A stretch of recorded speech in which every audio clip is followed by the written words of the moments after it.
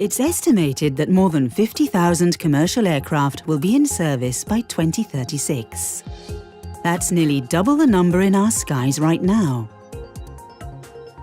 These commercial aircraft will soon be joined by many new airspace users, both manned and unmanned aircraft, at lower and higher altitudes.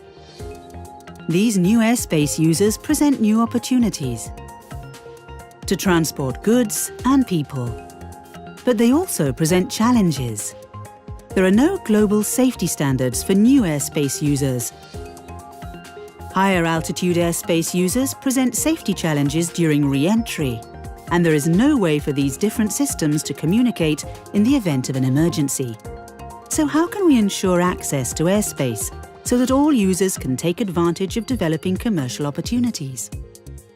Aviation and aerospace leaders from around the world gathered at IATA's recent Safety and Flight Operations Conference.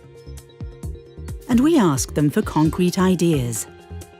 What does future airspace management look like? What technology, systems and infrastructure do we need to allow us to integrate new airspace users? Some existing technology may end up being completely sufficient, like 4G for communications and navigation data transfer. We know that ADS-B won't be sufficient, but is there an in-between, or do we get to a point of high-density operations where we need a new secure communications protocol that doesn't exist yet? That's a very real possibility.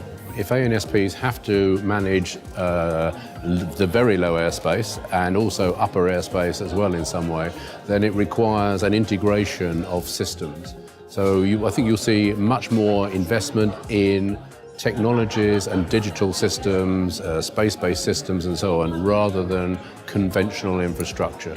The challenge that we will have is to have a framework and that will guide the end of life of those space assets, to have a better prediction of where they will re-enter the atmosphere, therefore possibly interact with higher altitude crafts. It will be essential for us to be able to control that re-entry better. We also wanted their thoughts on how we manage all this new air traffic while keeping everyone on the ground and in the air safe. The area where there will be drone and manned aviation, and that area is susceptible to high winds. Let's not have they flying with each other too close or on top of one another, because they could be bouncing up and down. So these kind of characteristics and operational situations are very important for overall safety.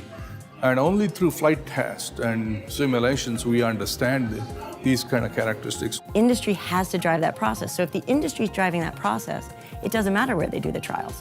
It doesn't matter if they do them in Africa or UAE or Canada. It matters that they're collecting that data and that that data is useful to build a robust industry based on standards that are not only applicable, but can be adopted and validated by the regulators around the world. The definition of upper class E is not even standardized across different parts of the world. So some have a ceiling of 60,000 feet, some have others have lower ceiling and such. So one of the first things that need to happen is we need to standardize that. And finally, we wanted to know what opportunities they see for the transformation of commercial aviation in the next 2 decades, as the traditional air traffic management system evolves into something new.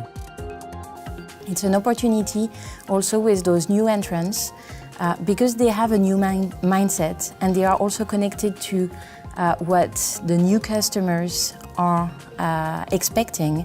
It's an opportunity to learn from them and to take the good ideas and to integrate those good ideas.